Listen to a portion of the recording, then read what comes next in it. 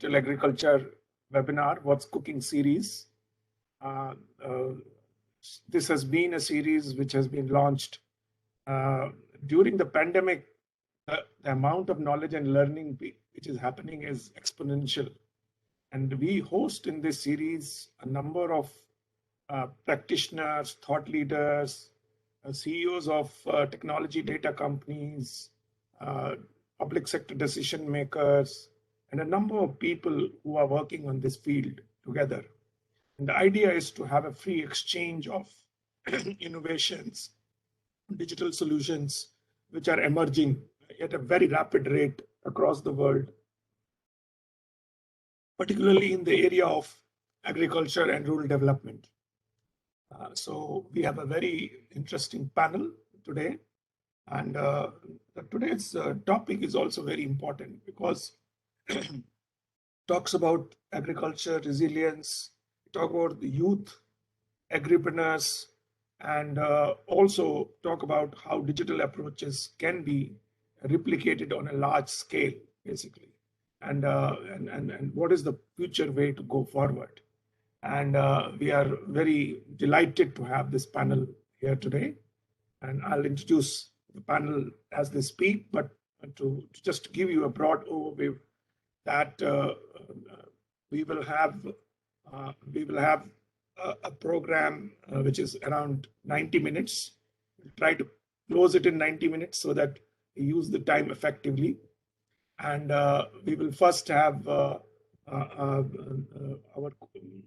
partner and collaborator, Nadi Albino, who will really talk about how UNICEF, and she leads a very interesting program in UNICEF called Generation Unlimited. And it is really about how we bring the young people into development. And Nadi will give her perspective plus UNICEF's perspective on how she is looking at. She has a lot of experience, 20 years of experience in international development, has done a number of programs with girls, women, youth, and children. And so we are very delighted to have our UNICEF and Nadi to be here to talk about what they are doing. And after that, we have our the co-star speaker today, Shriram Bhartan, who also needs no introduction. Shriram had been to the bank earlier and had made this presentation. And I would like to record a warm welcome to Klaus, who was also at that time. And good to have you, Klaus, here after some time in this series, who also interacted with Shriram and this solution for some time. Klaus was the director for World Bank's private sector and digital and knowledge. He has been also a serial entrepreneur within the bank in terms of doing various things. So Shriram is also a serial and social entrepreneur. He's founder and chief mentor of Kuza. And he really uses digital platforms and technologies which really work across sectors, health, agriculture, water and sanitation. And he is really developing very cutting edge solutions which work with youth across many kind of regions, particularly Africa and South Asia. So he has been known as a leader. He's received a number of awards, which you can see from his CV. We are also very lucky today to have we have lucky to have other people, a very interesting panel. We have Dr. Gachara, John Gachara. He really currently is the coordinator of the World Bank supported National Rural Inclusive Growth Program in Kenya, in Kirinyaga County. And he has been leading this work in the public sector in terms of using digital agripreneurship and extension services. He has started as a high school teacher, but over a period of time, he took a lot of positions in public service. He's an academic with a lot of innovative and entrepreneurial mindset in the public sector. It will be great to hear John's perspectives. And we are also very lucky to have Robert. Robert is an agripreneur. So it's very good to have an agripreneur from Kenya who has gone into agriculture by choice, and how he is using the digital and entrepreneurship approaches in what he has started a social enterprise of his own, Be My Partner, in partnership with 6 other youth. So he's a kind of microcosm of what kind of entrepreneurs are emerging in Kenya from this digital agripreneurship approach. And last but not the least, we have our own colleague Jihai Kim. Jihai is the senior digital agriculture specialist in the Africa region, as she leads our work in Africa and has been responsible for a number of innovative and transformative operations, including leading the work on a flagship report on scaling up digital agriculture in Africa. And she's also responsible for a number of operations. She's leading number of operations, both analytic and investment in Africa. And so she will give the perspective from the World Bank side on this solution and how we can work on this solution going forward. So, and we would request you to also join through the chat, and please feel free to ask these questions immediately when the presentations are going on. And so we will definitely try to incorporate your feedback. We will have a panel kind of discussion incorporating your questions after the initial presentations are over. So please feel free to participate in coming up with your solutions which you are coming in. Before I begin, I would request Vivek to also announce the next webinar on 17th. Vivek, can you put a slide on that if possible? So this is a webinar we are jointly doing with IFAD, our partner organization. And this time we are taking a very topic which is so important. It was important even before the pandemic, but it's even more important: innovations in rural digital financial services and remittances in Africa. And I think this is also going to be a very, very interesting webinar. We have a very rich panel which is being brought through our partners in IFAD. And I would request you at the same time on 17th, 9 a.m. to please tune in, and you will get the registration details and all through an announcement in the chat. I would also ask Vivek to put the thing on where this material will be available. This series is being hosted by the Open Learning Campus of the World Bank. So a lot of people who are not able to attend the webinar are able to go and watch this series. In fact, we have 7 times more people watching it after the webinar because everyone can't be there at this time. So I would request you that there is a lot of stuff which we need to do that. So I am sorry that this webinar is on 24th. Thanks for Ramji for pointing that out. This is not on 17th, this is on 24th. This webinar with IFAD, and thanks for pointing that out. So the Open Learning Campus has all the recordings and all the presentations of the last webinars which we have done available at one place. And even the proceedings of today's webinar will be available to you there. So all the presentations and the recording there. So I'll stop there and now invite our first panelist. I'm delighted to have Nadeem come and talk about both UNICEF and the other activities which I think are being done by UNICEF, plus their perspective on this issue of youth and digital agripreneurship. Over to you, Nadi. Good morning, and thank you very much, Pamesh. Good morning, good afternoon, good evening. I'm sure everybody's on a different time zone. I hope I'm audible enough. Yes, you are. Great. Okay. Yeah, thank you very much for this opportunity. Really, I'd love to share who we are, what we do, why we're doing what we do, etc. So as Pamesh has indicated, we are a part of UNICEF. We're a multi-sector public-private youth platform initiated by UNICEF. And I deliberately say a public-private youth platform with youth being in it to really indicate that we are cognizant of the assets and the value that young people bring to the table, and we want to work with them as partners, as opposed to having a PPP for youth. We thought it's best to have a PPYP. So this is exactly what we are, what we've been created to do. Our focus really is around skilling, underpinned by digital connectivity and digital literacy.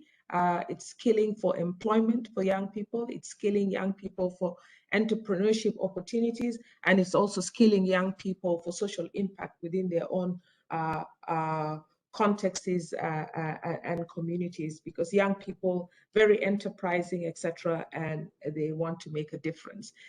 In the build up to Generation Unlimited, there was lots of consultations with different partners, including the World Bank, different UN agencies, private sector partners, and young people themselves, in terms of what is it that this platform can actually do and how we can work more effectively with different partners. So some of the things that we actually do is to identify programs that have been tested, that are proven, and that are scalable.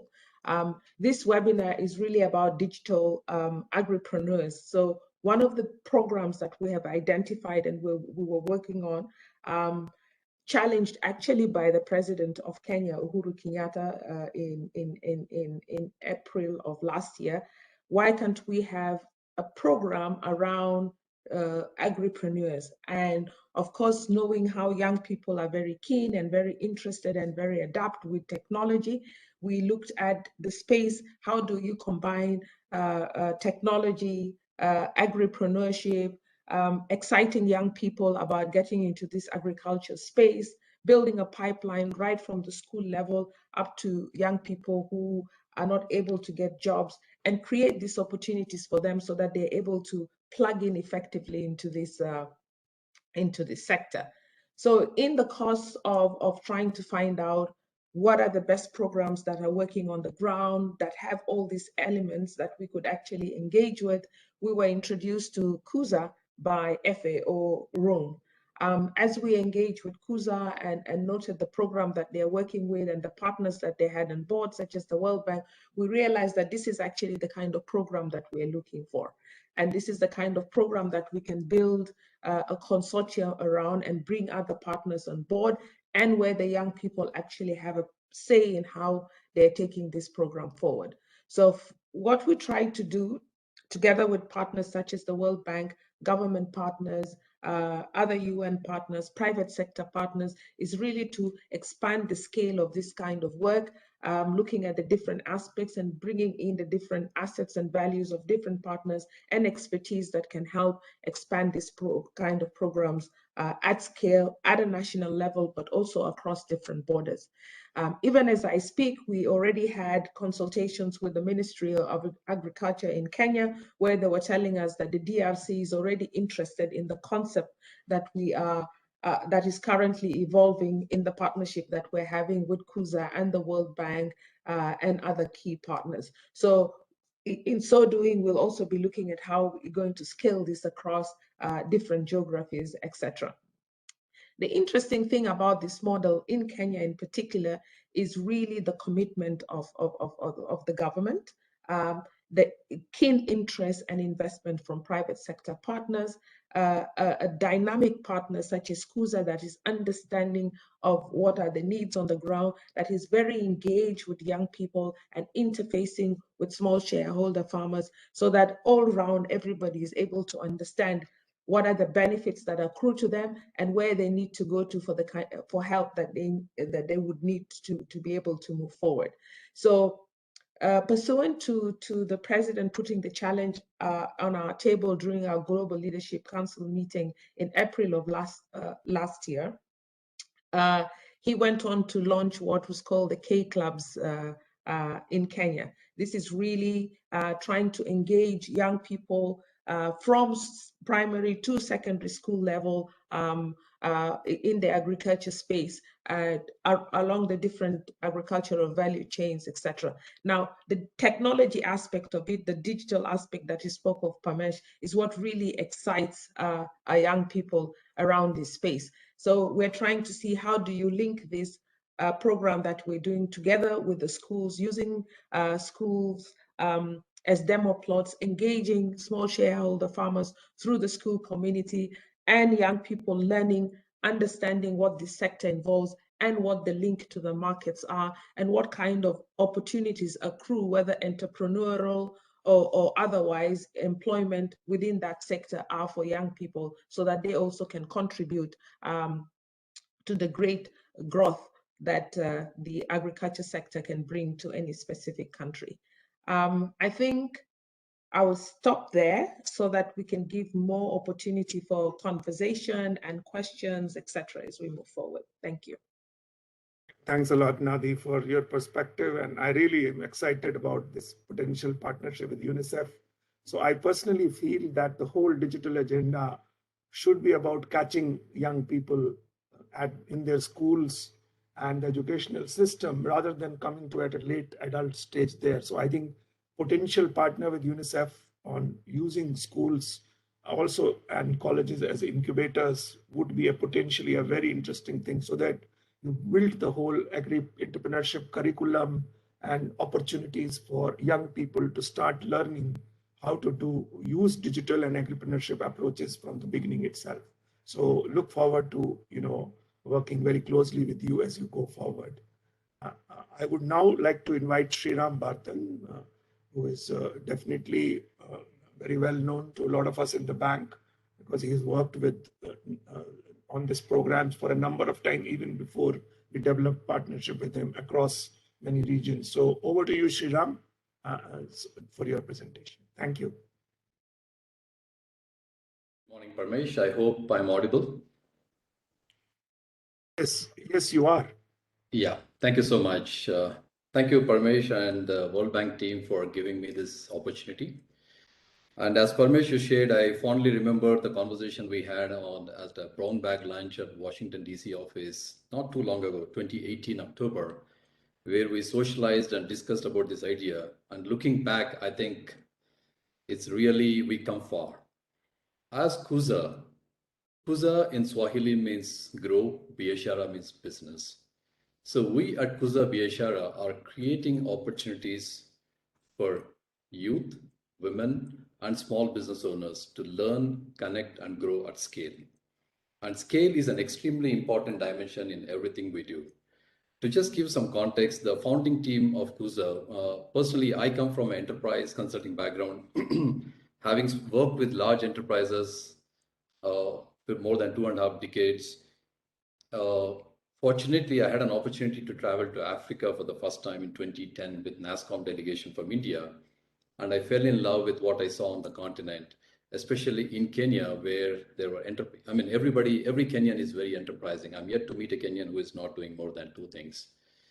And the second is the available infrastructure, the 3G network, the 4G network, now the 5G network already available.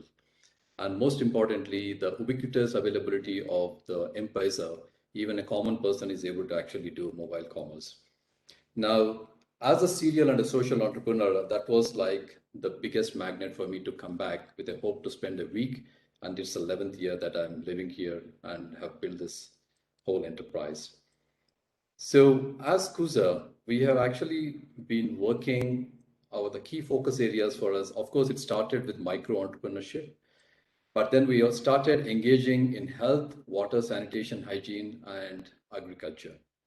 We realized that as we started working with communities at a grassroots level, more than 70% of the communities have agriculture as a core livelihood. And it made no sense. I mean, for us, it was like a no-brainer that we said we got to get into agriculture. And I need to admit, we are not experts in any of these domains. And that's fundamentally probably why we've also been able to succeed, because we always went with an open mind and an attitude to challenge the status quo, ask some obvious difficult questions, but also come with an attitude of problem solving. Now, just reflecting on the journey that we have taken so far, in last less than 10 years, our journey has been exponential. Now, I call the first phase between 2012 to 2016. I remember when we won the Vision 2030 Innovation Award. I was on a television interview with Larry Madow, and I was bold enough to say we are actually going to have 1 million people impacted by 2018. And he challenged me and he said, "How are you so clear about it?" I don't know. It's just a gut feeling and the intention to get there. And by the way, by 2016, we got there, and thanks to the partnerships. The key thing that you see from this entire spectrum is partnerships, partnerships, and partnerships. We learned very early on that we have a unique strength, and our unique strength coupled with our partner strengths who have ground programs, who have kind of a strategic insight to be able to get there. So together we could actually go far. So the phase from 2016 to 2019 has been an exciting journey where we actually took, as much as I am from India, but I'm proudly feeling that, we took the Kenyan innovation, Kuza, back to India.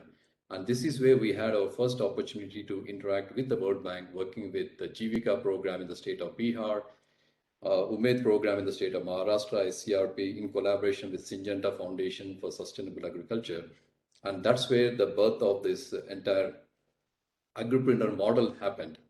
And then there's no looking back. And we today where we are, we now have actually put down a very bold aspiration that we want to impact 1 billion lives, and that too in the next less than 8 years. And that's the power of exponential. It took us time to get up to 100,000 users, and then 1 million users, and now 10 million, and then it will grow. So we are thoroughly convinced that we managed to put together the structures, the infrastructure, and everything that is needed. Now, one of the things I wanted to share is, because we are new to the development sector, over the last decade, having interacted with multiple programs, multiple partners in the development sector, private sector, and also the public sector, we realized that some of the things, the three things that really bubble up as part of the conversations and design is accountability seems to be missing. These are the points that we heard from the stakeholders. Agility, because once the lock frame and the program design is done, it's very hard to change. But things like COVID happened, and how do you go about doing it? And the third is transparency. So a lot of our program thinking pivoted around the fact that we have three cornerstones on which we started designing and bundling and doing things. One is people. We invest a lot on people. People need not necessarily be our own staff, but it's also our partner teams and also the communities. Second is process, and the process is the one that gives us the agility to be able to change the wheels as we are on the move. And most importantly, technology. Technology is the one that actually gives us the leverage to be able to do this further. Now, as we are embarking on this ambitious journey, I want to step back and just give a perspective of the entire human-centric design that we've been doing over the last 2 decades plus is revolved around the fact that we have a user. End of the day, this entire spectrum of ag tech and all of this is great, but fundamentally, we have to empathize with somebody, a smallholder farmer. Now, if you look at this perspective, nobody knows this farmer. As much as KYC is done by banks and telcos, honestly speaking, having worked very closely with them, we know that nobody knows them. Now, the extension service, to give a perspective, in Kenya, an average farmer is 63-year-old and an average Kenyan is 19-year-old. There's a massive intergenerational crisis going on. They don't get access to quality inputs. There's a lot of conversation around regenerative agriculture, but the extension systems the public sector extension system is broken, and it's very difficult for the farmers to even to get the basic things right. And if you look from the donor perspective, donors are mainly operating through grants, and those are inadequate and unsustainable. And private sector engagements are siloed, commodity specific, and not brand neutral. Now, the decision making at a public policy level, there's no data. So the lack of data-driven decision making is also not helping the cause. And youth and women don't see agriculture as a career option. So when we looked at all of this, we said, even if the farmer gets 90% of these different perspectives right, they still can't put an extra dollar in their pocket simply because all of them have to come together. And that's where we had to think differently out of the box. And then said, if we have to revolutionize this sector, we need to think differently. On one side, we have a massive employment issues. And the rural areas, majority of the youth are not interested in agriculture. They are migrating to bigger cities. And we saw the farmers struggling with their own challenges, as you see on this slide. We said, is there a solution within this own problem? We had a choice. We wait till the cows come home, figure out some technology will come, something happens, versus what is it that we can do with the resources that we have. And the most important resource that we have on the continent is the power of youth. So we took a perspective and then said, is there a way we can actually empower a set of youth from within the community? Can we put them through some kind of an incubation model? And this is not one of those incubation accelerators that you see in bigger cities. We actually took it head on, leveraging the digital technologies. We had to design something which can work even without power, without internet, in the remotest parts of Africa. So the model is to put them through an incubation with an idea that they would actually provide crop advisory. And how can a high school or out of the school kid can actually provide advisory, which is a scientific topic. And this is where we got challenged by a lot of research, academia, and private sector players. And in a few minutes, I'm going to share with you how we started revolutionizing that. And then with the idea that, yes, they can provide crop advisory, and they have to provide crop advisory for free, because we cannot expect a farmer who is earning $2 to $3 per day to pay an extra dollar for this. And they have to sustain from the services like inputs and products and the credit and market, access to off takers and all of that. That's where we started doing this modeling. And I need to admit here that our success story is only 2%. Now, you heard it right, 2%. 98 times out of 100 attempts we made, we have failed. And this is something that's a culmination of more than 2 decades of trial and error. And that's what got us this far. Now, when we looked at an entrepreneur, we said, now, somebody who is out of the school, 25, under 35 years of age, they don't know what they don't know. They've not gone to a formal education. Now, how do they learn? So they are learning with a mentor that Kuza is providing. They are learning from their peers, and they are also learning through the ecosystem that we are creating, a community. They're connecting with a set of farmers.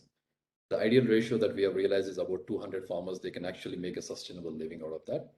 And connecting with a set of service providers, and then they grow as a collective. So this is, you can see in this entire modeling, initially we were doing it as a linear thinking, but then we realized that this is not linear, this is a continuous cycle with the feedback loops built into this, such that the service providers know what is happening, the farmers are getting a feedback, and the entrepreneurs are graduating from one level to other level. For this kind of a programmatic thinking, we actually came out with a model called READY, Rural Entrepreneur Development Incubator. Now, as they say, extreme conditions are a fertile soil for extreme innovation. Ready was on, as part of our business plan, was supposed to be launched in 2023. Thanks to COVID, we actually had to do this in 2020. And because our model was already decentralized, because it's already pivoted on digital and the cloud infrastructure with edge computing technology built into this, we could actually roll this out in under 60 days across the country and beyond. We also went ahead and launched in Mozambique, and we also experimented this in India and other countries. But the fundamental piece here is Ready is all about, in the rural setups, with little or no infrastructure, we are now able to enroll enterprising rural youth.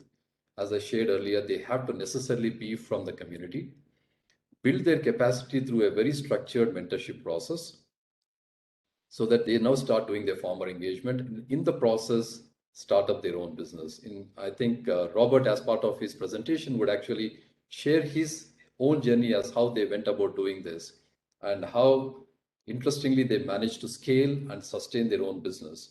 And this is where they start by providing advisory services, and through advisory services is how they earn the trust and respect of the farmers. And as I said, they don't charge for it, but the sustainability comes from the transactions that happen through the marketplace. And that's how they scale and sustain. So trust is the currency on which this entire network model is built. And the trust is not that we are actually shipping people from a bigger city to a smaller village. No, we are picking up youth from within the remote areas and village context, investing on them, building their capacities, and empowering them with a set of technologies and toolkits and their access to network, so that they are able to get into a business and then survive and thrive. Now, as I shared earlier, for us to be able to do this, we actually had to invest upfront. So we realized that extension knowledge is limited to a set few people. And the knowledge that is available between the research, academia, and the large private sector is always available at the top. Now, how do we empower somebody on the front line to be able to do this? Is where we actually saw three interesting trends. Number one, the reducing attention span of people, especially youth. What used to be 15 minutes 4 years ago has come down to 3 minutes and going down to 15 seconds. That's quite scary. It's like the TikTok world. If you don't get somebody in 15, 20 seconds or less than a minute, you lose them. So we started investing in 2012 in a model called micro learning, where we've taken every like 42 value chains, both crops and livestock. We started investing in creating micro learning videos. These are short bite-sized videos, which are nothing more than 3 minutes, which are very contextual, done in local languages, and now we are taking them into local dialects. That's a massive library of over 10,000 plus videos that are available in a smartphone or a device like a tablet to this youth back of their hand. And the second, we also had to come out with a distribution mechanism, a micro distribution as we call it, is all about how do we make this high definition video content on agriculture practices to their farmers. Majority of our farmers don't have smartphones. Internet is not available. Even if it is, it's very expensive and it's patchy. So we had to come out with a portable digital extension kit. Now, this technology that you see here, you see a small projection system here, which is a self-powered projector with the content sitting inside. So all the entrepreneur or the agent need is to carry that with them. They are able to screen the content even in a remote area. We don't need conference rooms. Of course, we don't have them there. And they are able to engage the farmers on a topic of the interest for the small cohort of farmers who meet up. And then we also have this edge computing technology, which is now able to create portable cloud without the need for data, without the need for internet. We are able to run some of these latest technologies and apps that we all hear in the rural areas, because this is a cloud infrastructure, portable cloud infrastructure, which creates a local network, and we are able to do this. And most importantly, the third one is micro mentoring. We realize that yes, we can have all of this, but what is important is a customer. If a set of farmers sitting there and talking about a challenge of a pest or a disease, like there's a locust attack, what do we do? This youth entrepreneur should be able to quickly, in less than 2 minutes, able to screen something to them, to talk them through in a local language, in a way that they understand, comprehend, and actually can take action. So that's where the micro mentoring techniques are coming in, and this is where we are using a lot of machine learning and artificial intelligence related technologies. But ultimately, the bottom line here is we are humanizing technologies and making them available at a grassroots level. And that's fundamentally the biggest problem that we are solving. Now, here are a few use cases of how you see these youth entrepreneurs who are able to now provide digital extension. You can see there's a context where there is some kind of a informal structure in the first picture here, that this agripreneur from Kirinyaga County is now able to talk to them about tomato practices. And she's actually walking them through a case study and informing them in a local language to be able to connect with them and do this. And in this case, Robert is now talking about the fertility of the soil and the soil testing, the need for soil testing. And you can see very high definition graphics. And this is how you are able to now talk the audience through as to how you go about understanding this. And of course, also in local language. And the other instances where this is like some construction site where you just put some white cloth and now you are able to do this. Now, in a very cozy environment like this, where there's no judgment and there's no expert, everybody in this group is an expert in their own area. But what we are able to do is to package some of this expertise that's available only so far has been in the research world and academic world and also large private sector companies. We are now able to package this and make it available at this level. And here the interesting piece is there's a feedback loop built into this. Every interaction that is happening between the agripreneur and the farmers is captured. And that's how we are now able to incrementally grow and build the business cases, and also see how we are able to make this happen. This has been a very exciting journey, and in a few minutes, we'll hear from Robert as to how they went about building the business, their own business on this. Now, looking at the commercialization side of it. Now, if you see here, this young entrepreneur, Lena, who is actually engaging 200 farmers, is actually she's She's one of the prime users of this one network, which is our digital marketplace. As she is interacting and as she is able to now establish trust, she is able to capture the demand. Like Robert case, when he is explaining and talking to them about soil testing, of course, he's able to generate interest and also demand for soil testing service. That's something that this entrepreneur captures in their own system with their device. Behind the scenes, we are actually lining up a set of service providers. And you can see in this roster of service providers, we are bringing players from input companies, mechanization service providers, credit, finance, insurance, market off-takers, pretty much everybody in the ecosystem, and most importantly, other digital innovators. Fortunately, the digital innovation, the AgTech space has been exploding, and we are able to get a lot of interesting solutions. Almost every other month, we are seeing a new startup coming in. And what we are doing is we are bringing all those AgTech innovations and giving them route to market. This is like a social route to market, both for digital innovators, traditional players, and others who are interested in the farmer and find it extremely expensive to go that far. We are now able to bridge that last mile, first mile connect doing this. And this is where the products and services move and the monies go back to them. And this is where the commerce is happening for the sustainability of this entrepreneur. To just give a perspective, these are multiple revenue streams that our agripreneurs are able to earn today, like from selling of inputs, seeds, fertilizers, pesticides. Aggregation is again a very interesting area where entrepreneurs are able to make a decent income out of that. Specialized services like soil testing, mechanization services, spraying, threshing, harrowing. There are 32 different services that we have actually tested at scale, which would actually give. And I also want to highlight that not everybody is doing all of them. We actually are also encouraging entrepreneurs to now start getting into a specialization, and that's what you would see in my next slide. So this is what we have seen. Here are a few examples of the real entrepreneurs. The bottom line is what we learned is when people adopt technology, not necessarily digital, any technology, they do old things in a new way. Like we all have seen our parents and elders using the normal phone now into the smartphone. But the real key thing that we learned is when people internalize technology, they find new things to do. Now, let me speak about this example of Joseph Durango. Joseph Durango and his wife, they've actually understood the demand for potato seedlings, and they came out with this apical cutting technology.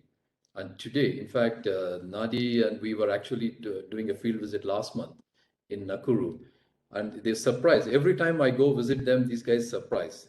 In less than 6 months, last year, they've done 10,000 seedlings the whole year. And now he's saying that they are actually scaled up to do 10,000 seedlings every month. That's a massive 10x growth in their business. And he's got demand from across 10 counties, and they are now really scaling up. Now, if you look at Lena, she's got a input shop. And now Robert, who is going to speak in a few minutes, he's actually come out with his own group, a biofertilizer business. And now, interestingly, they are actually producing this. They've already gone into a kind of a model where they are producing this, and Lena is the one who is distributing it through her shop, and all of them within the same community. And this is where we have realized that, yes, you can think, I mean, initially we saw entrepreneurs thinking their neighbor is their competition, but this is where we started bringing them together and then say, collectively, you can go far. And that's a major shift that has happened in the last 2 years.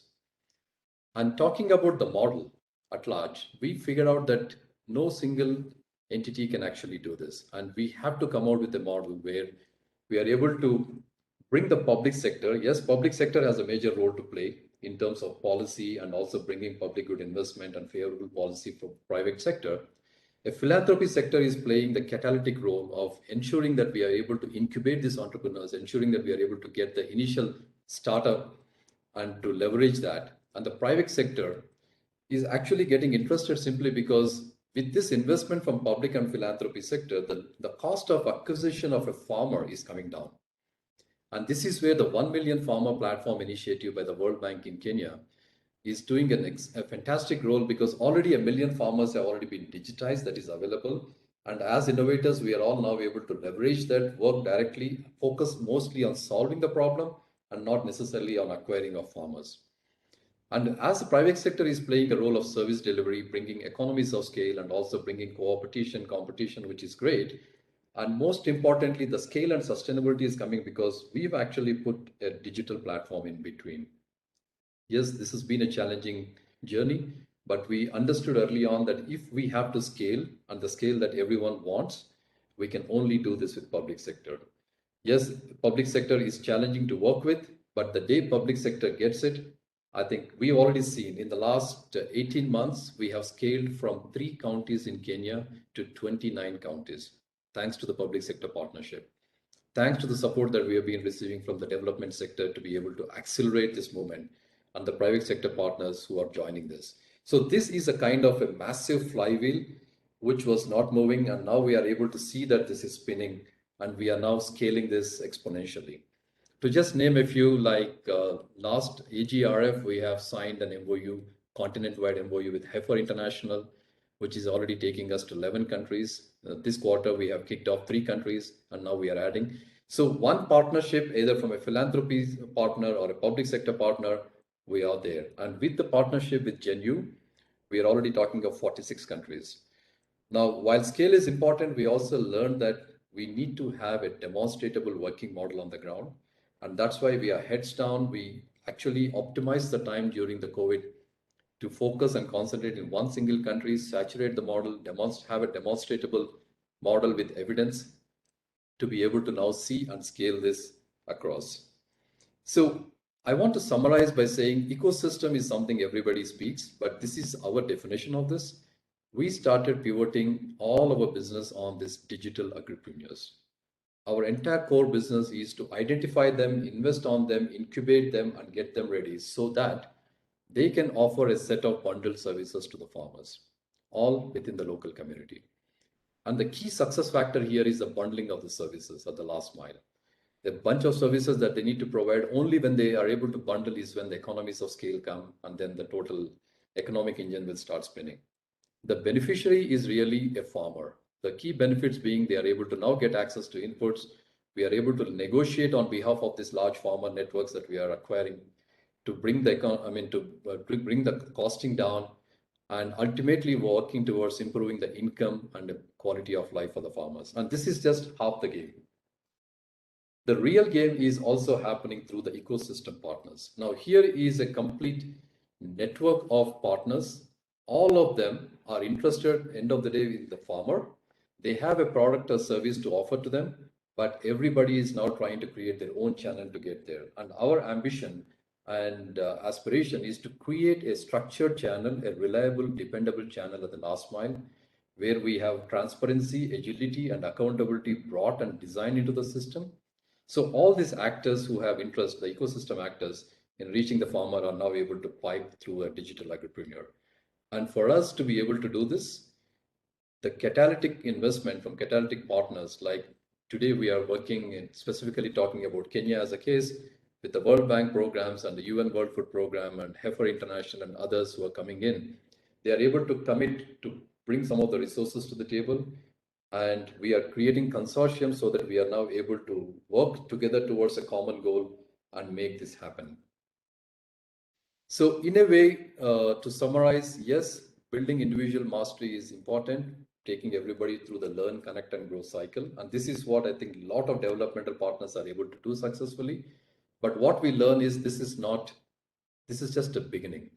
And what is important is we have to build a relationship between them. And this is where the earlier example I was talking about, bringing some of these agripreneurs together, making them work as a collective. And I think Dr. John Gashara is going to speak as a county, how they are able to come out with a favorable policy to encourage youth agripreneurs to come into some form of a community-based organization. So collectively, they can actually start doing in their community.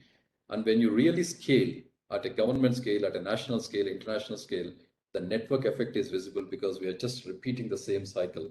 And this is the simplicity of the design, which is able to help us create long-term sustainable ecosystems on the ground for collective prosperity. So these are some of our learnings and experiences. Happy to take more questions, but I think thank you so much, Parmesh, for giving us this opportunity. Thanks a lot, Sriram. Always a pleasure to listen to you. And I think the model has so much evolved, and the way you have, converted this into principles and operational procedures, and it's almost like a SOP kind of a model in which you have really cracked what will go into it. And to me, we have been too much involved in projects in the past. We have not worked on the ecosystem part of it, in a way, because which is more scalable, sustainable in the long run there. And I think there are lots of interesting things there, which I think we will. I would encourage everyone to put their question. Already there are questions for you, Sriram, in the chat. So I would request you to start responding to people, but I will harvest these questions at the end to you and the other panelists so that we can have a conversation going on this, basically. But many thanks for it. I'm always inspired by whenever you present, and always new learning comes whenever you present there. And personally, as a World Bank investment manager, I took some of these approaches when we started working in Bihar, in India. And so I think this is also a very important example of how things will go from Africa to the rest of the world. So this particular approach has the potential to become global and travel from Africa to every other parts of the world, not the other kinds of approaches which always get dumped on the African region. This could be a homegrown approach which could go to other regions there. I have now great pleasure in inviting John Bichara. So I think John is really bringing the public sector perspective in terms of how even a public sector like a county in Kenya, we work with about 45 counties in Kenya. How, and we have learned this, that leaders in the innovators like Dr. Gachara in the public system can create an enabling environment to really invest in that. And John, over to you now. You have the floor. Thank you, Pamesh, for this opportunity to share this evening. It's great to hear that Kuza, how far they have done. It's an exciting model. I want to start from there. That the moment we met and I listened to him, it was quite transformative. And particularly looking into what the public sector is supposed to be doing, majorly mainstreaming innovations so that they can be able to reach each one of us. So I wish to start by, first of all, looking at the general perspective of the public sector. How is what is the major role of it when it comes to particularly agro extension? And we say here, we look at it in two ways as an enabling factor. The first one, the public sector is supposed to create a policy that helps to encourage innovations in agriculture to reach the farmer. And secondly, it's supposed to help to select and mainstream the models of innovations that can be able to be used in various aspects of agriculture. So having said that, and looking into what we are discussing today, I would wish to go straight away to the issue of the digitalization in terms of transformation of agriculture. And start by saying that we have a wide range. Of recent, this country has been able to be faced by a wide range of digital innovations, expansion in digital platforms, and embracement by various sectors on the same, public sector being one of them. However, what we have seen Kuza doing is quite different.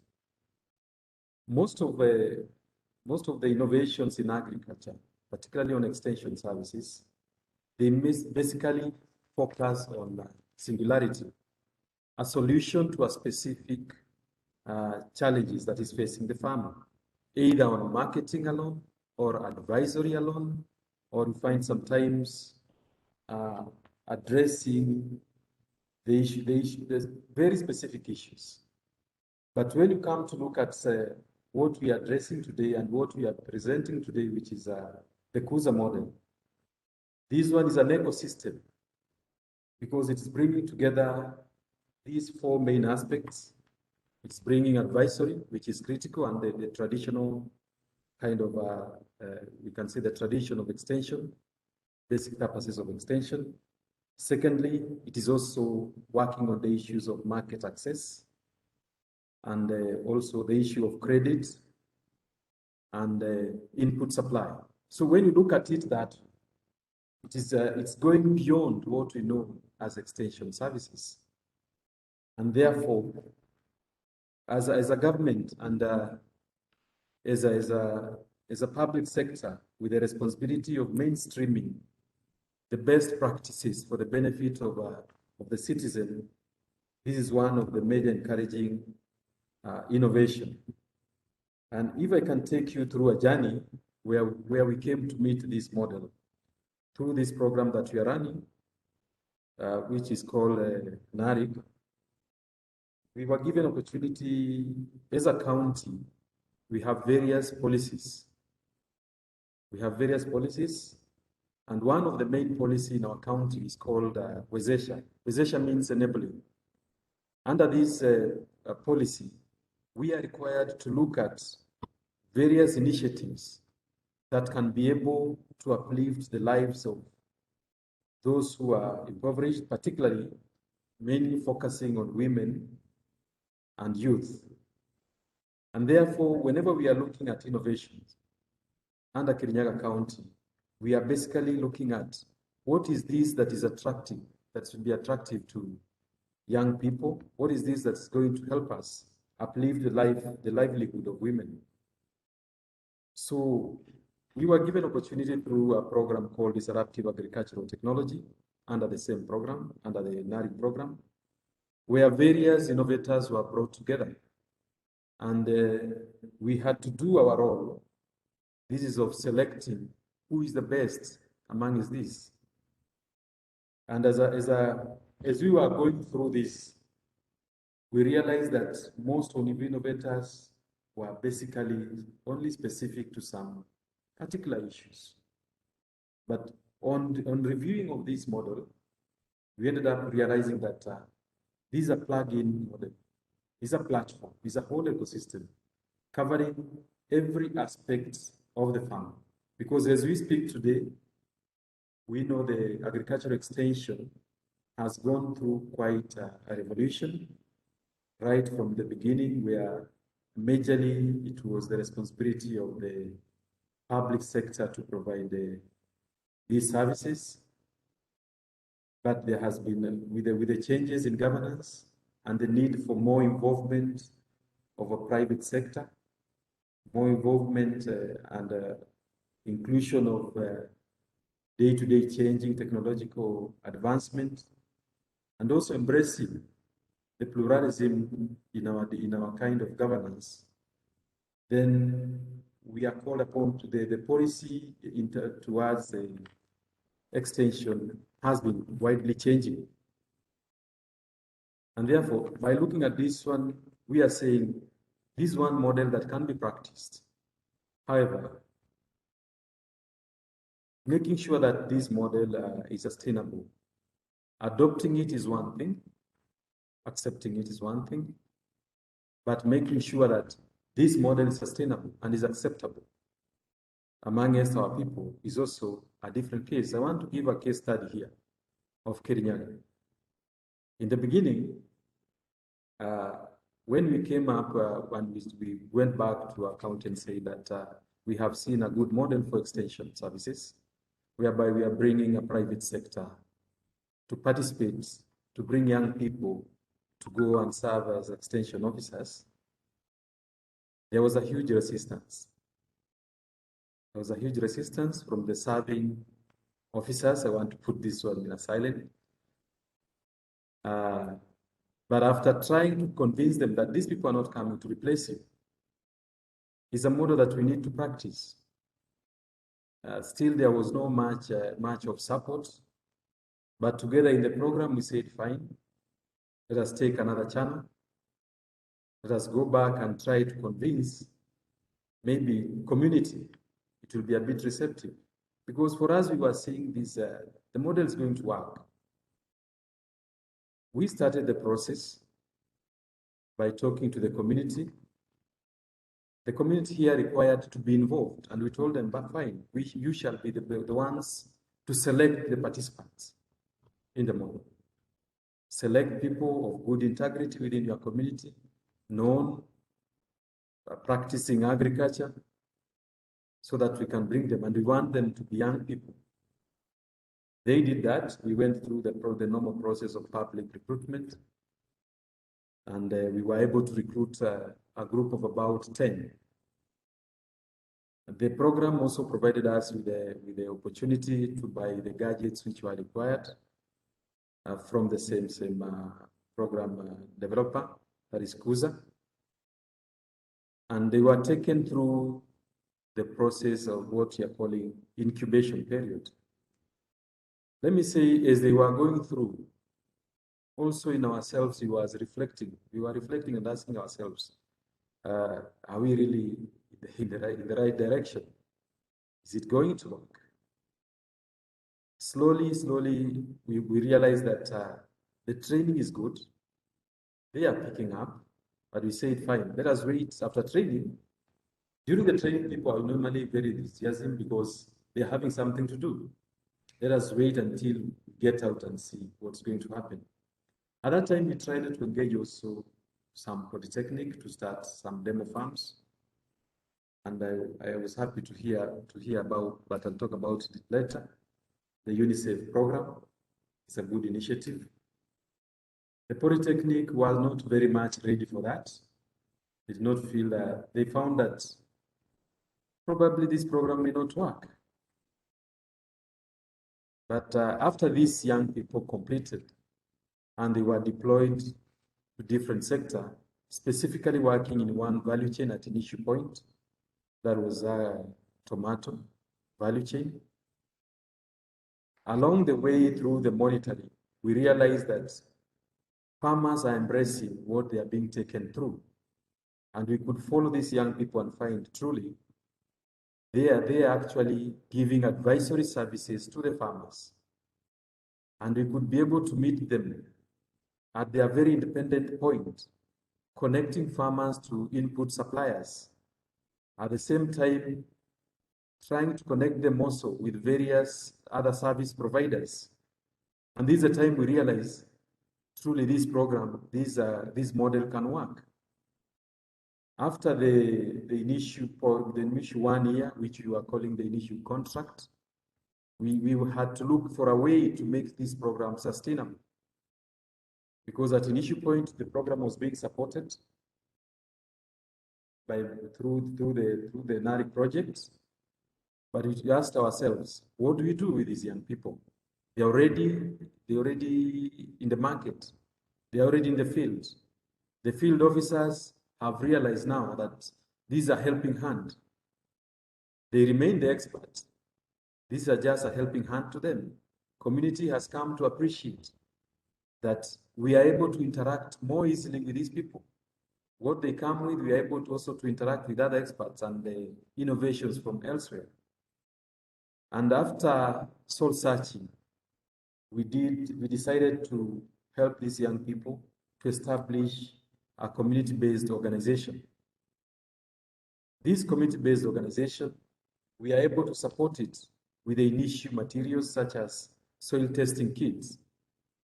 And they have been able to establish it very well. They are now a small organization. They can enter into various partnerships. And we have also in this program, some people we refer to them as community facilitators, whom we are transforming them into agripreneurs. Because for the agripreneur, you don't have to look for fund to support. It's self-sustaining program because through connectivity, business connectivity, they're able to earn through commission. So they not rely on whatever small they get from. It's not a donor-funded program anymore, but it become a homegrown program. And we are hoping that this CBO will still continue to support it in terms of training, capacity building, and we believe it's going to grow to an organization that can be able now to offer various extension services to community. So far, there are about 25 of them. We are expecting them to grow towards the end of the year. We are hoping they're going to grow to about 50 of them, offering various services and connectivity. So, to our vision is to see that if this is a CBO in one of the county, and I'm happy, Panesh, you are saying that we have 45 counties through, 42, 43 in agriculture. If each county was to establish such a CBO, we are saying we are creating a new network of extension services. And this one will come handy in terms of supporting the extension services. Resources are scarce. Local governments, which we call county governments, are not having adequate resources to support this. And the other small innovations in agriculture can easily be hooked into this big ecosystem. If I have a small program which can guide a fish farmer, I don't have to run with it. I can easily connect into this one, and it's going to reach wide. If I have a small one, probably for coffee, I don't need to run to give the farmer a program for coffee, a program for maize, a program for tomato. Even if you are to download all these mobile apps and put in your phone, slowly your phone will not be working. And therefore, when we have one network that is able to bring everyone together, it makes it easier even for clear partnership between it and the public sector, where the public sector will provide essentially three things. One, coordination. So that coordination here, I mean, where coordination and regulation, where these agripreneurs, that's the vision we are having. And I believe we are going to push it. And with my brother there, Siri, we'll be able to move to make sure that these people are certified. And we are saying once you go through this incubation, you are certified. And therefore, when you are dealing with the farmers, you are known. You have a number. You can be traced. The traceability of you as a service provider, it is there. That is one of the roles that we expect to do as a public sector, to help and certify these people. Because once you certify them, you are able to coordinate them as a community extension service. Secondly, we want to link it to the normal public sector extension services, where the public sector will provide quality assurance. When small videos are developed, probably they are given to the public extension officers, they quality assure, they approve. So they ensure that the information going to the public is the correct information. And therefore they reassure community that whatever they are getting is right. And the third one is the issue of data security, because this program is leveraging on issue of data agriculture, data-driven agriculture. Therefore, the security of the data is critical. The data of the farmer need to be protected. Using various regulations that are provided in the country, this something can be found. Let me share something unique about Kenya. In public, and this one I want to share about our public service where I also serve. One thing we know, when every program starts, particularly for the field service, usually there is what we call a database established or information system established. You go to a mother ministry, Ministry of Agriculture, you'll find 5 to 6 information systems. The unique part is these information systems, they are not interlinked, and therefore they operate independently, yet they are supposed to serve one farmer. This disintegration is one of the major setbacks. And such an ecosystem, if it is linked to all these data, the farmer will get this one from one stop. He'll be able to access the services provided by all these from one stop. instead of having a standalone database or information system, we'll be able to have only one network. This is a vision that we're having, and we hope with various partners we can be able to reach that point. So in action, we are saying this is a broad-based digital ecosystem and very exciting to young people, because in Kenya, young people are very excited about the ICT. It's new, and they're now going beyond just watching movies and everything, and they're saying it's making a livelihood out of it. So it's something quite exciting to us to see how it moves. The second thing that I've seen that is also very exciting is from our sister Nandi. Nandi, this one is good, particularly with that UNICEF. I hope it will work, because if this work, fine, we have revived agriculture in Kenya. Because we'll start with these young people from a very tender age.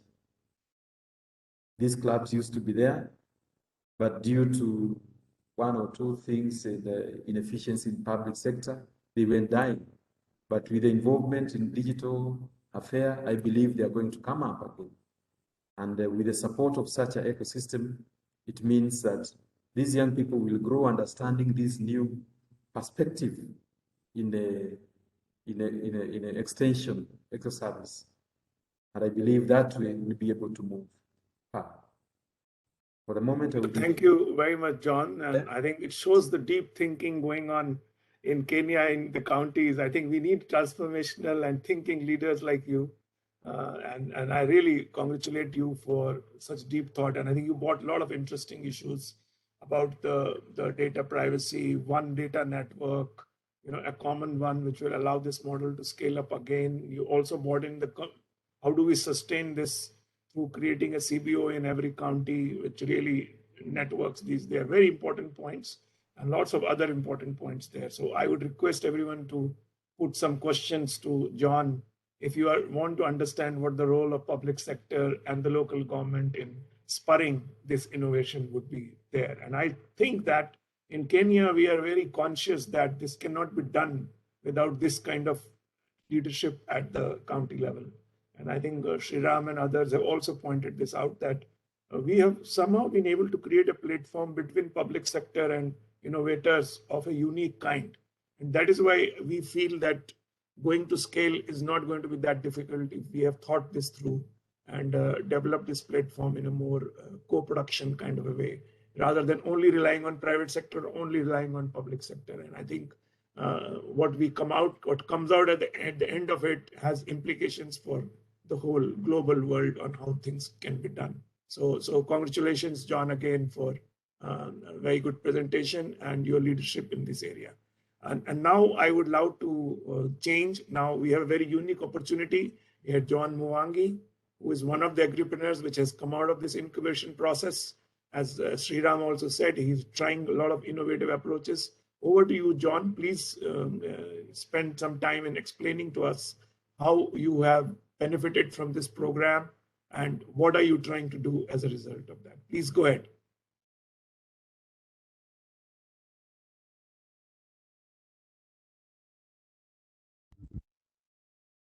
I guess it is Robert and not John. Thank you. Apologize. I was taken by the last thing. Robert Mwangi, please, Robert, please go ahead. Apologize for that. Hello, Pamesh. I hope I'm audible.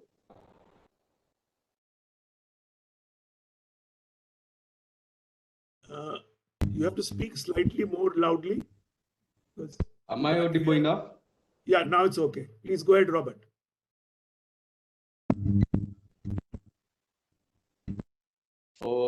Hi, everyone. I am Robert, a 30-year-old economics and statistics graduate from the University of Nairobi. After I completed my campus, I tried very many hustles but failed miserably as I could not get any employment. So I moved to my village and got into agriculture to do some odd jobs, not because I wanted to, but I had no choice. So I started spending more time with small-scale farmers, and I really saw and got to understand firsthand the challenges that they faced, and this really made me empathize with them.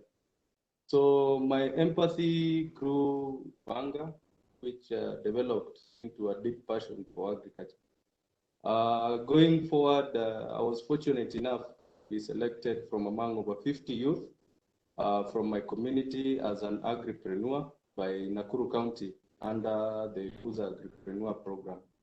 I think my enterprising nature and willingness to learn, and most importantly, my charming personality got me this noble opportunity.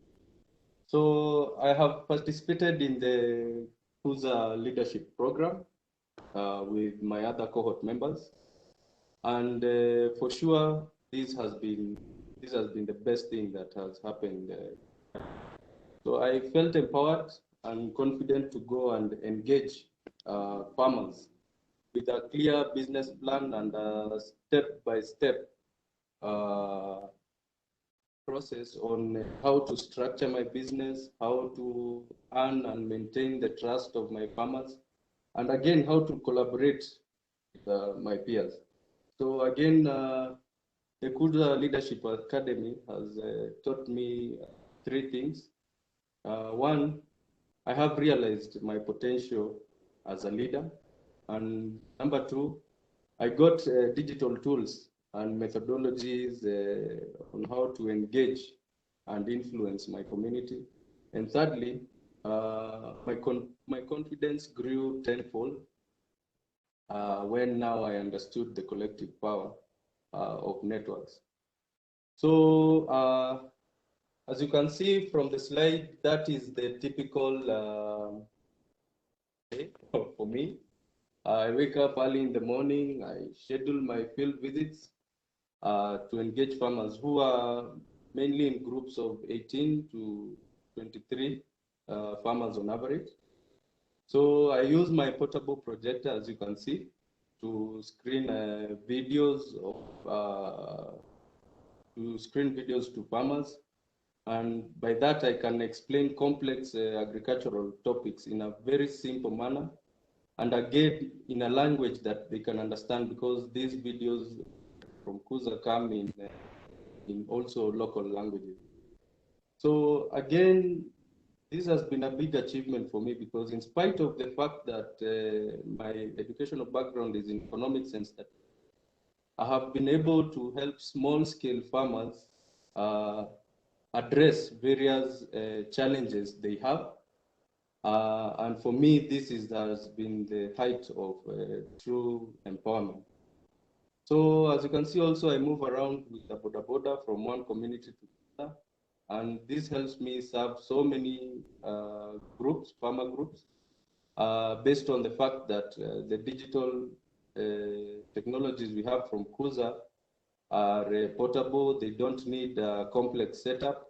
You can do it under a tree, you can do it from a farmer's house, and so on. And again, the digital tools have now reversed the conversation, in that as an entrepreneur, I don't look for farmers myself. Farmers are now interested in the technology, and they come looking for me so that I can offer those advisory services. And by that, I have seen the impact, because we have a tablet where we keep all our records. And over time, through the aggregation process, especially in the potato value chain, which I've focused on, I have seen those numbers increase over the past 9 months. Again, I collaborate with other digital agripreneurs, roadshows, help farmers, make farmers aware of this technology. Initially, again, let me say it was very hard for me to pursue this line, because I wasn't clear on where and how I was going to make money.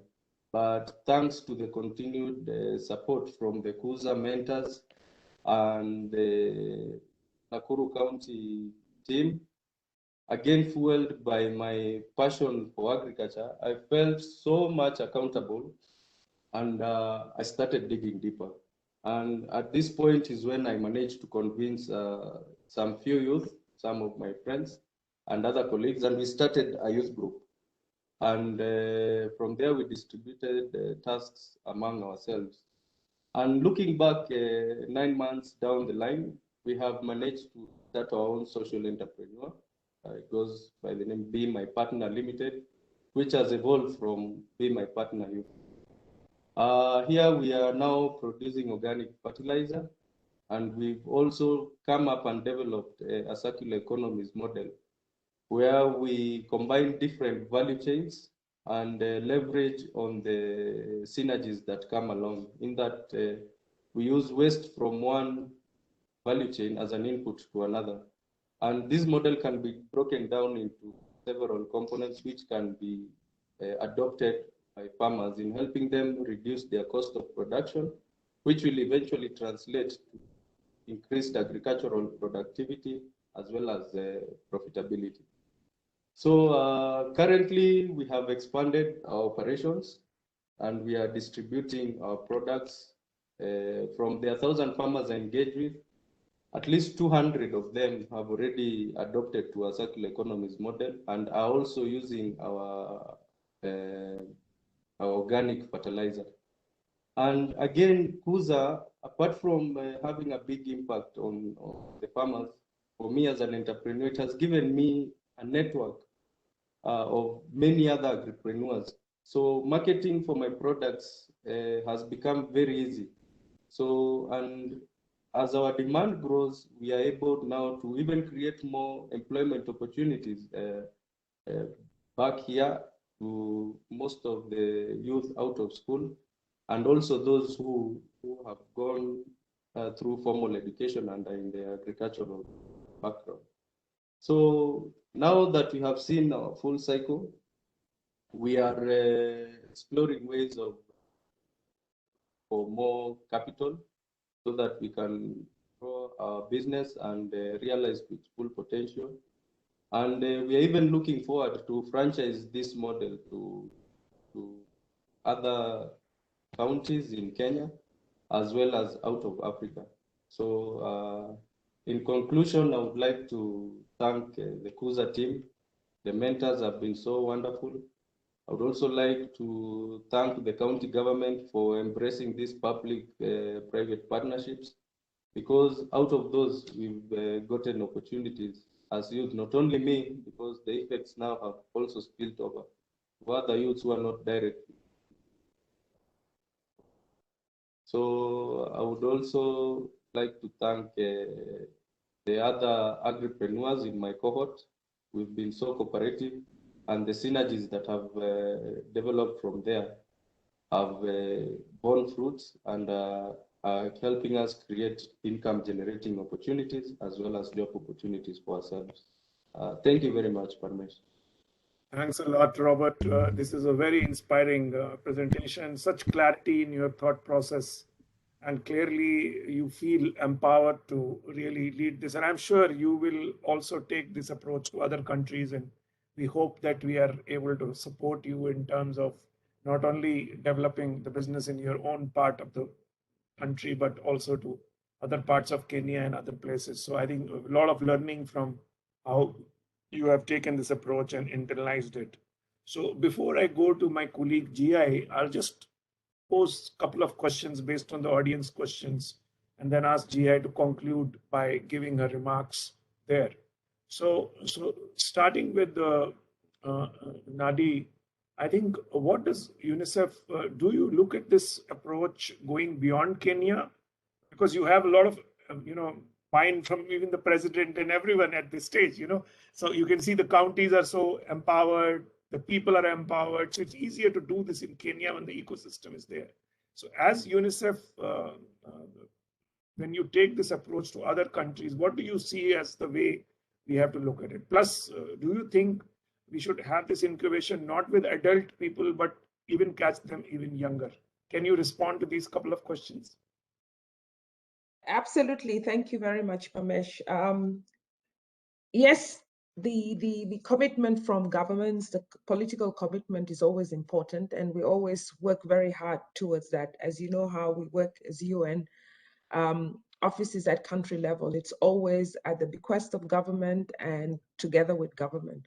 However, you heard Shri say earlier on that we want to take it to 47 countries already.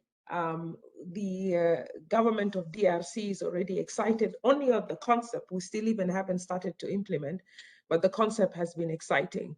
We have a very strong board of private sector members and government officials, ministers and above. We have a very strong leadership council in GenU, and we also have a very strong leadership group led by the UN Secretary General. So using those apparatus, we're able to work in countries and convince governments in particular to come on board. But because of the very strong private sector presence within the GenU governance structure, we're also able to mobilize private sector to come on board. And because young people are our driving force, we have a massive young people's action team, almost 100 young people who help us in terms of our thought processes, programs that we develop, how they can work, consultation with young people on the ground, and this is across the globe. And they're also able to help us to mobilize resources further and to mobilize around concepts that we take to the ground. So we're very excited. We recently launched GenU Sahel in the 10 Sahel countries, and this is something that they're really thirsty and crying for. And I was saying to Shri when I was in Nairobi and we went to the field and met Robert and Leah and Diragu and others that, you know, Sahel is actually open, fertile ground. I had a consultation with 5,000 young people in the Sahel on the first week of December. And this is one of the things that they have been pushing for, given the terrain, etc., but also the understanding that this is an industry that will really help boost GDP, that will help young people find opportunities for sustainable livelihoods. You've heard what Robert has said in his articulation of how he's able to also sustain himself and those that they work with. So yes, we're very excited. We're looking forward, Parmesh, with your team to have deeper consultations and conversations on this so that we see how we can partner across the continent of Africa and of course beyond. Thank you. Thank you very much, Nadi. Really look forward to this. And I think what I like is that in your model, there's already a lot of private sector in there. So we have a new investment coming in Sahel, a $500 million investment, and we would like to develop a very collaboration model with you jointly so that we can really, like in Kenya, we had this investment that allowed us to go to scale much faster. And can we do this now strategically with UNICEF going forward? So we will definitely have a proper conversation between our teams and your teams to see how we can structure it more there. But I'm very excited about the possibility of working with youth agripreneurs on scale. Sriram, over to you. I think you have seen a lot of questions. You already responded to a lot of them. I think people are saying that how will this go to scale? You know, you have rightly so scale aspirations, because when you think of scale, you think differently. And if you think of project, you think differently. You think ecosystem, you think differently. So now, how do you see as the main constraints now to taking this to scale, and what should be done through public resources? What should be the public good investment in this approach? Thanks, Parmesh. I think that's been one of the core points that we have been thinking through, brainstorming, and most importantly, engaging different partners. Like, for example, this just conversation with GenU is like 4-month-old conversation. We managed to move from an idea stage to a concept to proposaling to getting an approval from a board. And all being fair, within a UN organization, it's not easy. That actually shows the clarity in the model, the evidence on the ground, and of course, most importantly, we are now also creating the monitoring and evaluation data that is coming in real time.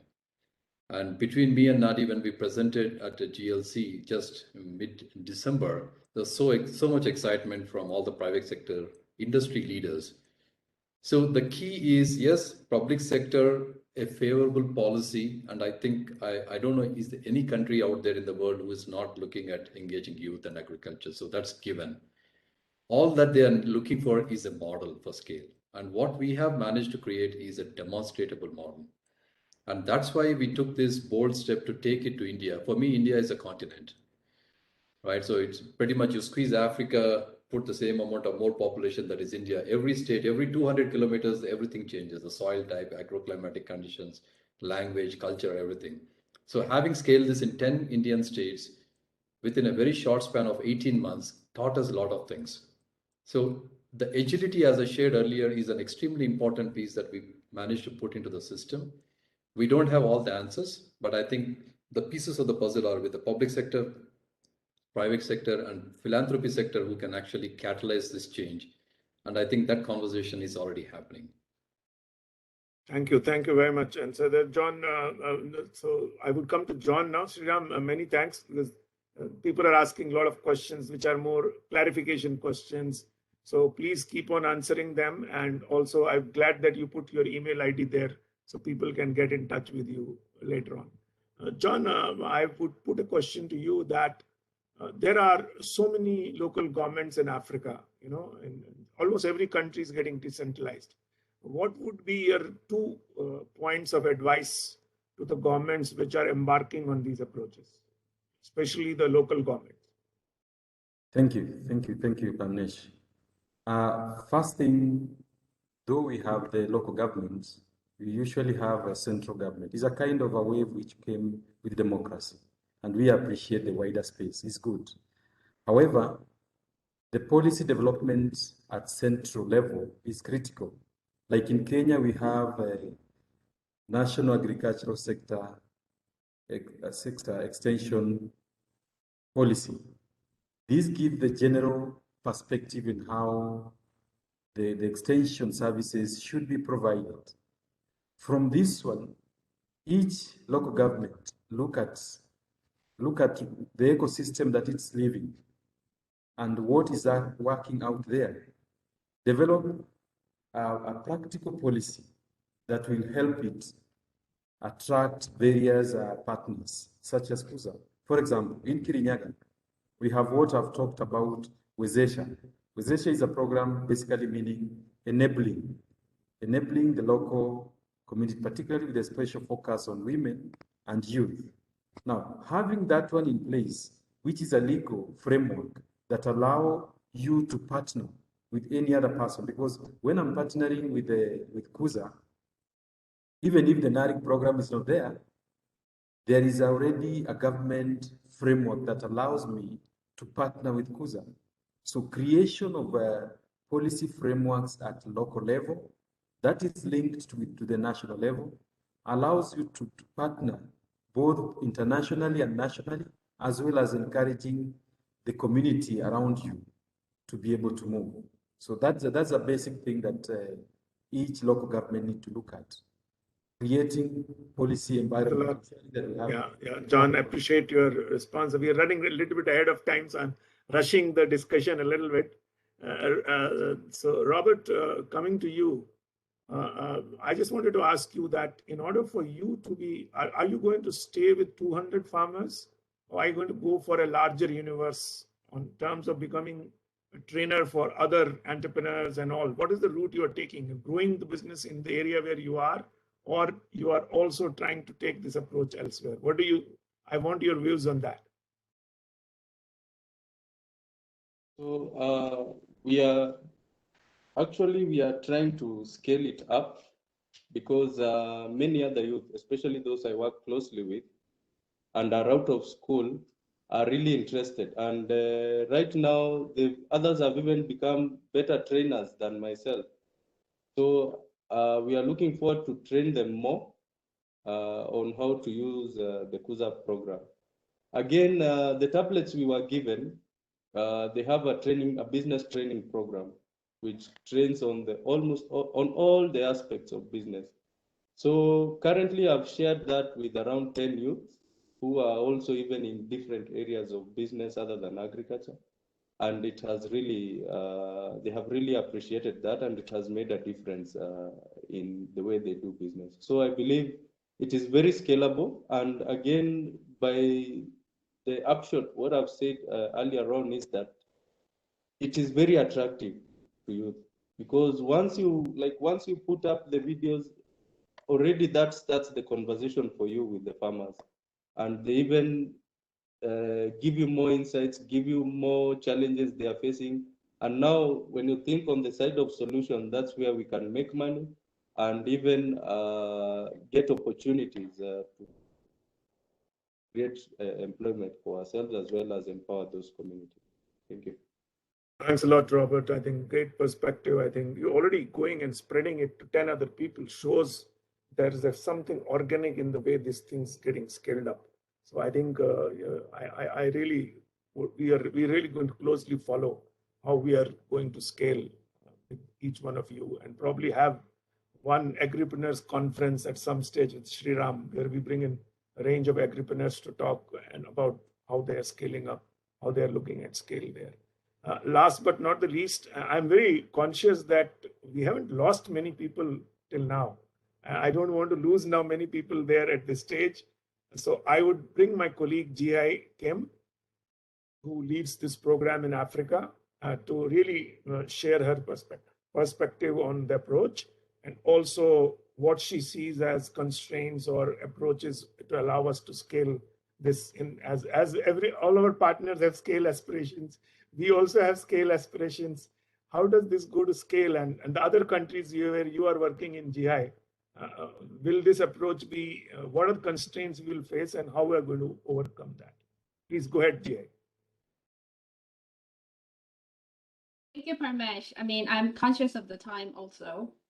And this is a bit unfair to me because this was a very exciting webinar, knowing Sriram also, having met him in Kenya when we were there back in 2018 or 19. I don't even remember. It wasn't so far back, but it was actually a very special meeting for us with Kuza, because we it was the time we also launched a platform idea with them for the 1 Million Farmer Initiative in Kenya, holding innovation challenge and competition, meeting a lot of local agri-tech startups, and then share the ideas and visions as to how to scale them up, also leveraging our own investment, creating the ecosystem.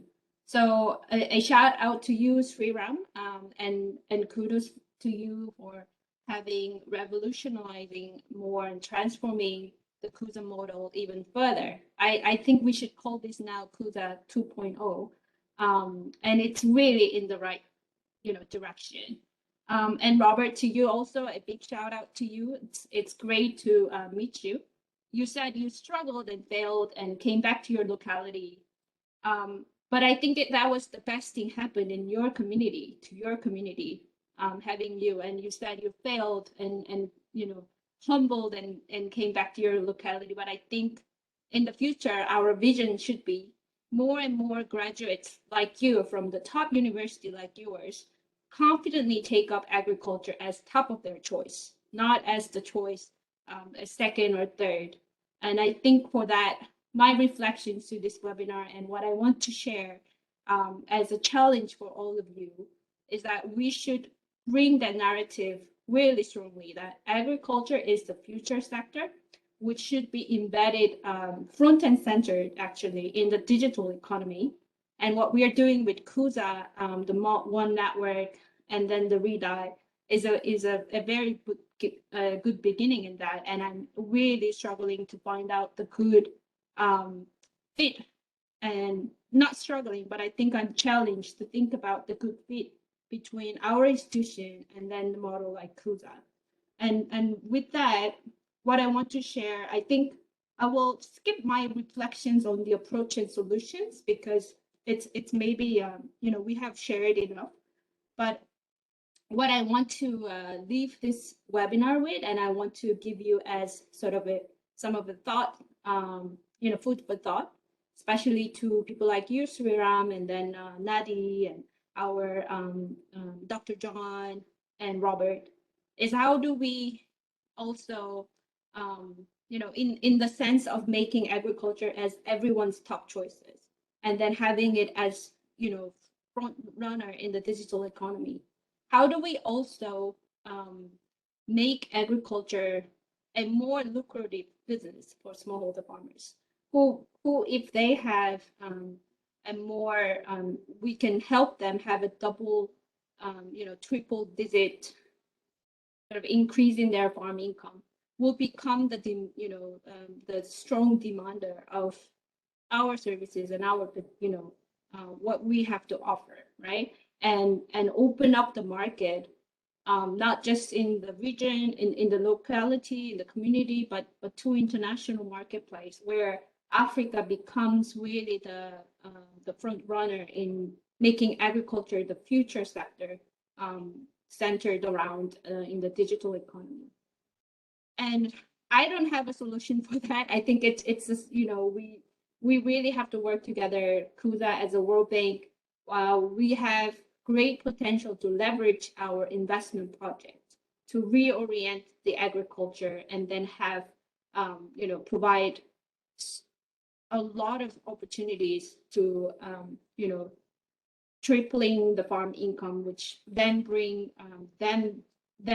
bringing them as the collective demand for these businesses to thrive. And the thrive is actually one of the words that it really came to me when, as we were discussing, Sriram, the KUSA models, sustaining youth, in this model for them, for their services to smallholder farmers. You mentioned in your slide how they sustain this. And I think we should actually have a quantum leap from here to think about how to make youth thrive in this business. And that's where I think the scale for scale of the REDI and then the What Network can take a quantum leap and make this model the feedback loop between the REDI and then One Network and in the ecosystem to to a different level. Yeah, bring that to a different level. So in a sense, I think for me, this youth discussion is very close to my heart, as we've met a lot of agri-tech innovators in Kenya and have already seen their potential. And we will continue brainstorm and visualize how they will become the leaders who will transmogrify agriculture. Because right now, still the perception exists around the agriculture that it's backbreaking and back end. So yeah, more to come later. I don't think in one webinar we can achieve that scale, but really excited to continue talking to you, Sriram, and again, congratulations on making this KUSA 2.0, let me call it that way, and really appreciate Parmesh for giving me the space to share my thoughts. But I will continue on offline, continually communicating with you all. Thank you. Thanks a lot, Jia. I'm sorry to rush you at the end on this. And it's just that I wanted to give an opportunity for the panelists to have at least respond to some of the questions which the audience is leaving, and audience to also get a feel that we have included them. So, but it's a very interesting times we are in. And Jia rightly says that, so it is two things. One, food for thought. I want to add one more point, that let's not look at only the agriculture entrepreneurship. We should look at food entrepreneurship also, because maybe if you look at food processing, you look at food preparation, you look at food distribution, all that, then even the universe could even become bigger. So once building the ecosystem is more tough, but I think if you can include food into this equation, because then I think this model will become more sustainable. Each unit agripreneur could even do more. And I've seen this happening in the energy area right now in Africa also. There's a lot of work happening on solar and refrigeration using energy and all that. So I think if we can bring these 2-3 other agendas into this approach, we would be able to make this even more viable. But even scaling up what you have already done in some places and taking it to DRC and Sahel itself is a very big thing. And so we will organize a consultation with our Sahel team now, because they are looking for these kinds of approaches. Big scaled up program we are doing in many countries. So GI and I will try to facilitate a conversation with that team and see if they can look at this approach along with the UNICEF, NADI and others, basically, so that we can make a determined kind of effort in another region, which really would benefit even more strongly with this. And we are seeing clearly that the West Africa is really coming, and another hub for these all innovations which are coming in, and we should really explore that apart from the East Africa, where already you are making a lot of effort there. So I just don't want to summarize everything, but would like to say, and thanks a lot for everyone to participate and staying there till the end and having a good, rich conversation. And please keep on interacting and joining this platform as you go ahead. On this approach, also please approach Shriram, Nadi, John, and Robert as you go forward and continue this conversation beyond the webinar. And we will now put up the proceedings and recordings of this webinar, including the curated chat. So this is the difference in the webinar, is that we also curate all the chat conversations, which sometimes are even more interesting for the follow-up part of it. So look forward to all of you joining the next webinar on 24th, where IFAD is going to talk about digital remittances and other issues which they are working in many countries in Africa. Our focus is quite a bit on Africa in this series, and we would love to hear from you. If you want to make a presentation in this webinar, please write to us, and we will make sure that you also get a slot to present your experiences in the next event. Thank you very much. Good afternoon, good morning, good evening, good night, wherever you are, and look forward to continuing this conversation. Bye-bye.